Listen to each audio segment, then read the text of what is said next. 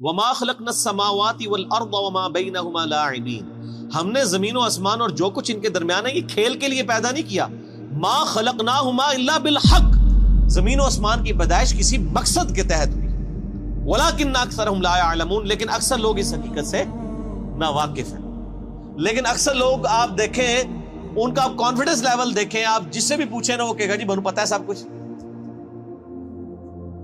اور اللہ ہمارے اکثر لوگ ناواقف ہیں، وہ سیریس لے ہی نہیں رہے خدا کی اس کریشن کو کہ بھئی مر کے اللہ نے مقصد کے لیے پیدا کیا. مقصد کیا ہے؟ الذی خلق الموت والحیات لیبلوکم ایکم احسن عملا. ہم جانچنا چاہتے ہیں تم میں سے کون اچھے اعمال کرتا ہے، کون سے برے اعمال کرتا ہے. کسی نے کوئی مقصد بیان کیا ہوا ہے، کسی نے کہا جی وہ آپ نے جو مخلوق کی خدمت کے لیے اللہ نے پیدا کیا. کوئی کہتا ہے جی اولیاء اللہ کو مرتبہ دینے کے لیے پیدا کیا. کوئی مقصد بیان کرتا ہے، وہ کوئی مقصد او اللہ بندے بڑی فکر کرو تو اڈل کے بڑھنی ہے. ہر بندے نے اللہ کے حضور ثم لتسألن یومئذ عن النعیم، اس دن پھر قیامت والے دن تم سے تمہارے اعمال کے بارے میں پرسش ہو. اس لیے پیدا ہوئے ہیں اور تو کوئی مقصد ہی نہیں ہے، سیدھا سا مقصد ہے. چونکہ یہ کام موقع ہے نا، اس واسطے انہوں چھوڑ کے باقی مقصد بڑھا لینا. ٹھیک ہے، اب دیکھ لیں اللہ نے ذکر کیا نا کہ ہم نے زمین و آسمان کو با مقصد پیدا کیا. یہ حق کے ساتھ، حق کی ٹرانسلیشن ہوتی ہے پرپسفل، با مقصد. قرآن کے بارے میں بھی آیا وَبِالْحَقِّ أَنزَلْنَاهُ وَبِالْحَقِّ نَزَلَ، ہم نے قرآن کو حق کے ساتھ اتارا اور یہ حق کے ساتھ اترا. یعنی مقصد کے لیے اتارا اور یہ اپنا مقصد لے کر آیا. اور مقصد کیا؟ انسانیت کی ہدایت، آخرت کی کامیابی. تو اب یہ ذکر آیا نا کہ ہم نے زمین و آسمان کو کسی مقصد کے لیے پیدا کیا ہے، اور ساتھ ہی ذکر آ گیا ان یوم الفصل میقاتہم اجمعین، یقیناً فیصلے کا دن ان سب کے لیے مقرر وقت ہے. یعنی فیصلہ ہوگا. پھر یہ نہیں ہے کہ جناب یہاں پہ آپ نے یاشی کی زندگی کی ہے تو آخرت بھی آپ کی یاشی کی ہوگی. نہیں، دنیا جو اللہ کی مرضی کی گزارے گا اسی کی آخرت اس کی مرضی کی ہوگی، اور جو دنیا میں اپنی مرضی کی زندگی گزارے گا آخرت پھر اللہ کی مرضی کی ہوگی. اللہم اجرنا من النار، اللہم اجرنا من النار، اللہم اجرنا من النار. اللہم من احییتہ منا فاحیہ علی الاسلام ومن توفیتہ منا فتوفہ علی الایمان. آمین. یوم لا یغنی مولا عن مولا شیئا، قیامت کا وہ دن ایسا ہوگا جب کوئی دوست کسی دوست کے ذرا کام بھی نہیں آئے گا. ولا هم ینصرون، نہ ہی ان کی مدد کی جائے گی. الا من رحم اللہ، ہاں جس پہ اللہ رحم کرے بس اللہ ہی کے رحم پہ ہوگا، کوئی کسی کے کام نہیں آئے گا. آپ کہتے رہے کہ شیخ عبد القادر جیلانی فرماتے ہیں کہ جی میں اس وقت تک جنت میں نہیں جاؤں گا جب تک اپنے سارے مرید نہ لے جاؤں. تسی پاویں جھوٹ مارتے رہو. نہ شیخ عبد القادر جیلانی کی جرت تھی کہ وہ یہ بات کرتے، جھوٹی منسوب کر دی ہے. اللہ فرما رہا ہے جس پہ اللہ ہی رحم کرے انہ هو العزیز الرحیم، بے شک وہی عزت والا ہے، غالب ہے اور رحم فرمانے والا ہے. غالب اتنا ہے جب چاہے پکڑ سکتا ہے، رحم یہ ہے کہ ڈھیل دیتا ہے. اچھا ان ظالموں سے پوچھیں، یہ ویسے تو بخاری مسلم کی حدیث بیان کر رہے ہوتے ہیں کہ قیامت دن نبی بھی کہہ رہے ہوں گے نفسی نفسی، تو شیخ عبد القادر جیلانی کہہ رہے ہوں گے کہ میرے مرید وہ نہیں نفسی نفسی کر رہے ہونے. ان کا مرتبہ جو ہے وہ حضرت ابراہیم علیہ السلام، عیسیٰ علیہ السلام، موسیٰ علیہ السلام سے زیادہ ہے. یار مت ماری ہوئی ہے تو اڈی اللہ دے بندے، اپنی بھی عقل استعمال کرو. بزرگوں کے بارے میں کیا کانسیپٹ انہوں نے کیا ہوا ہے اور وہاں نبیوں کے بارے میں کیا کانسیپٹ.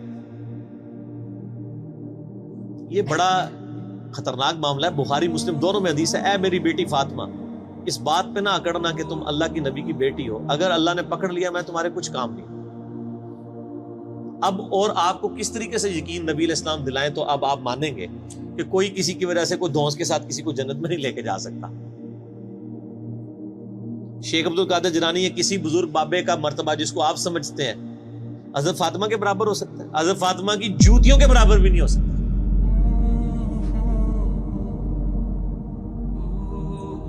تو آپ دیکھ لیں کتنے بڑے بڑے انہوں نے لوگوں نے دعوے کیے اپنے بزرگ بابوں کے بارے میں. جھوٹ ہے، 100% جھوٹ ہے. ان شجرۃ الزقوم، اب بڑی سخت آیات آ رہی ہیں. جنتیوں اور جہنمیوں کا سائملٹینیس کنٹراسٹ آئے گا. پہلے اللہ جہنمیوں کا ذکر کرے گا کہ ان پر کیا صورتحال جہنم میں گزرنی.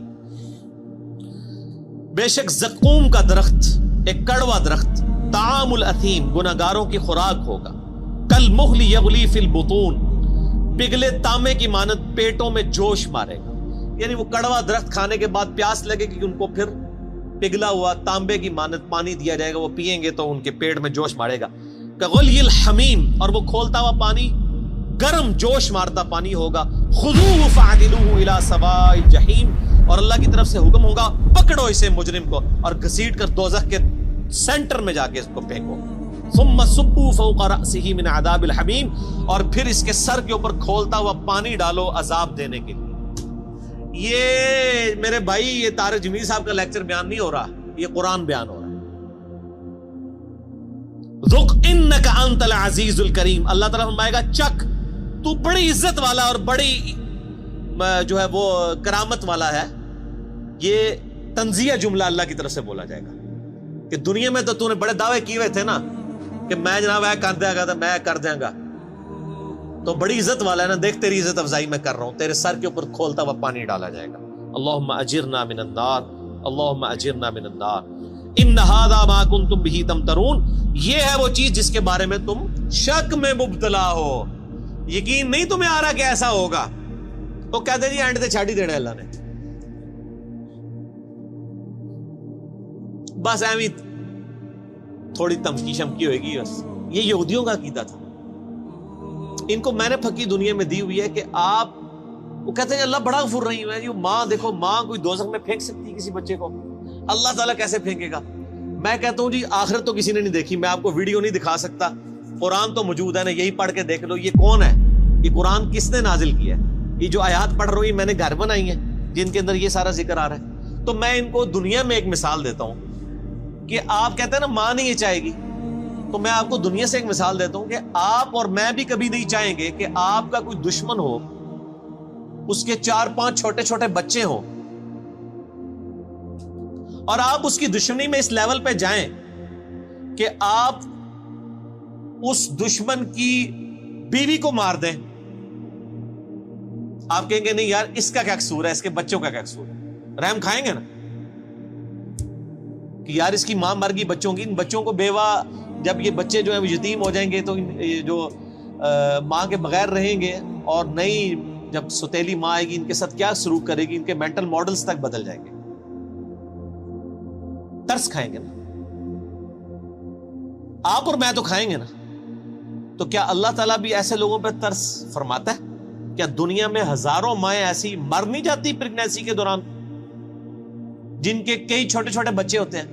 تو آپ کی ڈاکٹرائن مان لی جائے کہ اللہ تعالیٰ ماں سے بھی زیادہ رحم کرنے والا ہے, تو پھر کبھی کسی ایسی عورت کو موت نہیں آنی چاہیے جس کے 4 چھوٹے چھوٹے بچے ہوں.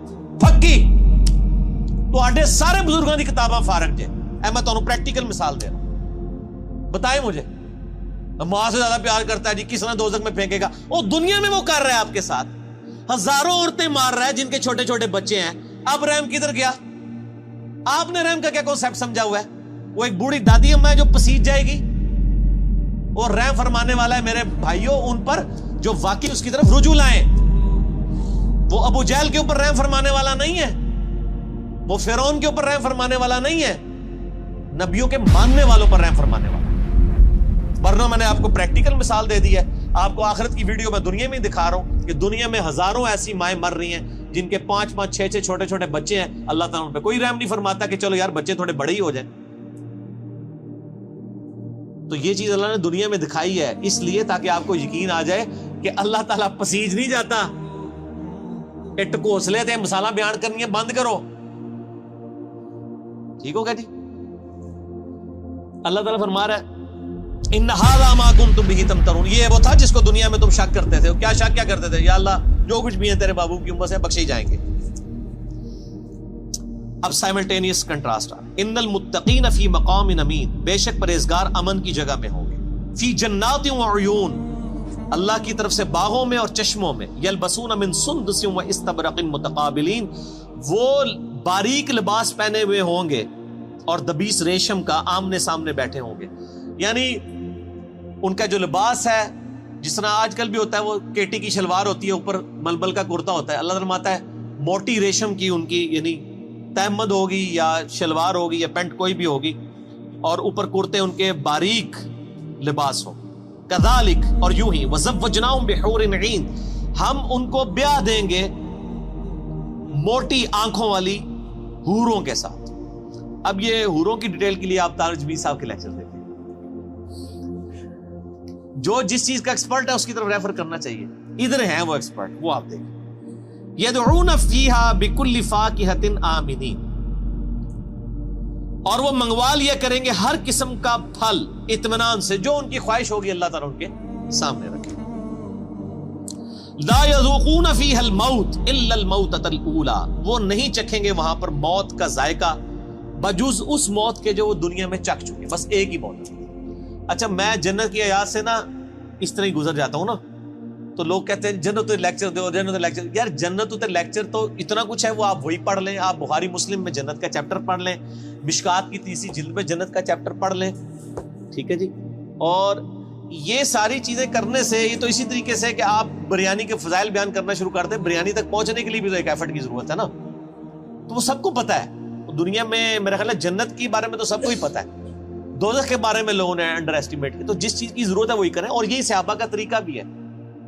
بخاری مسلم اٹھا کے دیکھیں, جب حضرت عمر کو زخم لگا ہے تو ان کے پاس آ کے صحابہ کہہ رہے ہیں کہ آپ کی وجہ سے اللہ تعالیٰ نے اسلام کو اتنی شوکت دی ہے, رومن پرشین امپائر گری ہے, اور ہم اللہ سے امید کرتے ہیں کہ آپ اللہ کے حضور آپ تو بخشے بخشائیں. یہ بخاری مسلم دونوں میں ہے. اس زخم کی حالت میں انہوں نے کہا میں تو بس یہی چاہتا ہوں کہ جو کچھ میں نے اسلام کے لیے کیا نا, اس کے بدلے میں اللہ صرف میرے گناہ معاف کر کے مجھے برابر چھوڑ دے.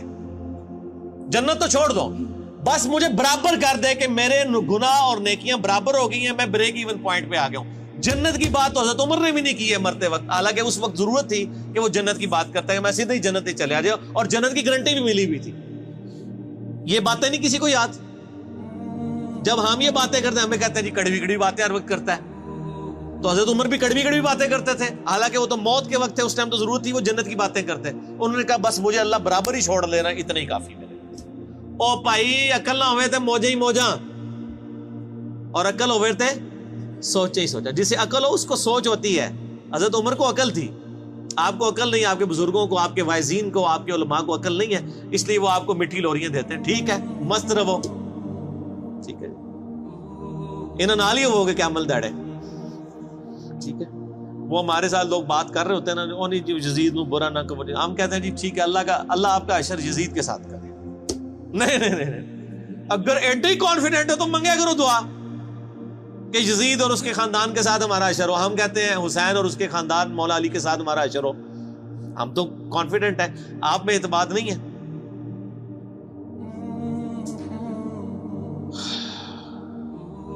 لا یذوقون فیہا الموت الا الموتۃ الاولی, اس میں کوئی موت کا ذائقہ نہیں چکھیں گے جو دنیا میں مبارک چکھ چکے وہی. وَوَقَاهُمْ عَذَابَ الْجَحِيمِ, اور انہیں عذاب جہنم سے بچا لیا جائے گا. یہ ہے میرے بھائیو کامیاب لوگ. بخاری مسلم میں حدیث ہے کہ قیامت والے دن موت کو مینڈے کی شکل میں لا کے میدان حشر میں ذبح کر دیا جائے گا. جنتی پریشان ہوں گے اور دوست کی خوشی کے ساتھ آ رہے ہوں گے کہ شاید کوئی ہمیں موت لکھ دی جائے تو ہم فارغ ہو جائیں.